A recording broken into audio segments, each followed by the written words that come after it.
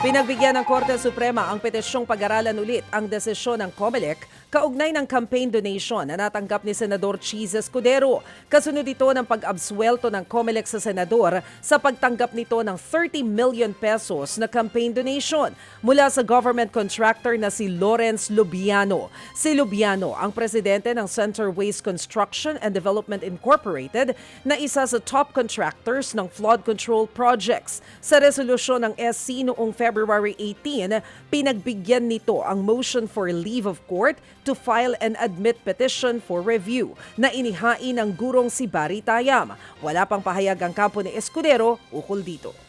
Hinarang ng Philippine Amusement and Gaming Corporation o PAGCOR ang 310 million pesos na casino winnings o premyo noong nakaraang taon ayon kay PAGCOR Chairman and CEO Alejandro Tenco.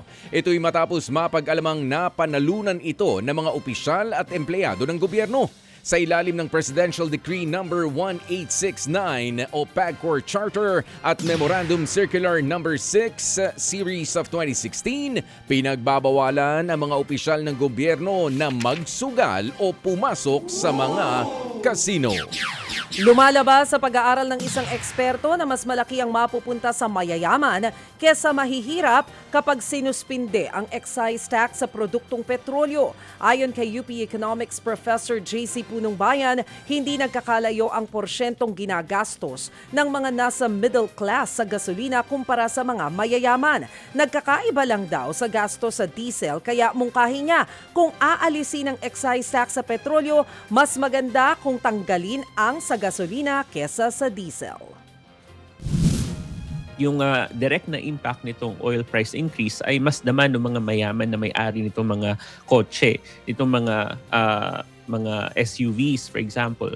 Kaya pagdating dun sa total na gastos ng ating bansa pagdating dito sa diesel at gasolina, talagang mas malaki pagdating sa mga nakaaangat sa buhay. Pero hindi ibig sabihin na wala ng impact doon sa mahihirap. Kaya nga sinasabi na ng datos na kapag tinanggal mo itong excise taxes, ang malaking bahagi ng mawawalang revenue ay yung mga hindi nagbabayad yung mga mayaman at yung mga mayaman ng malaki sana na naiaambag nila doon sa kaban ng bayad.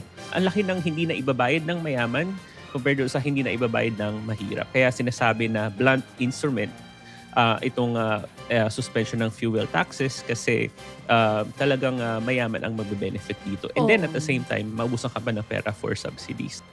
Yan ang tinig ni UP Economics Professor JC Punong Bayan.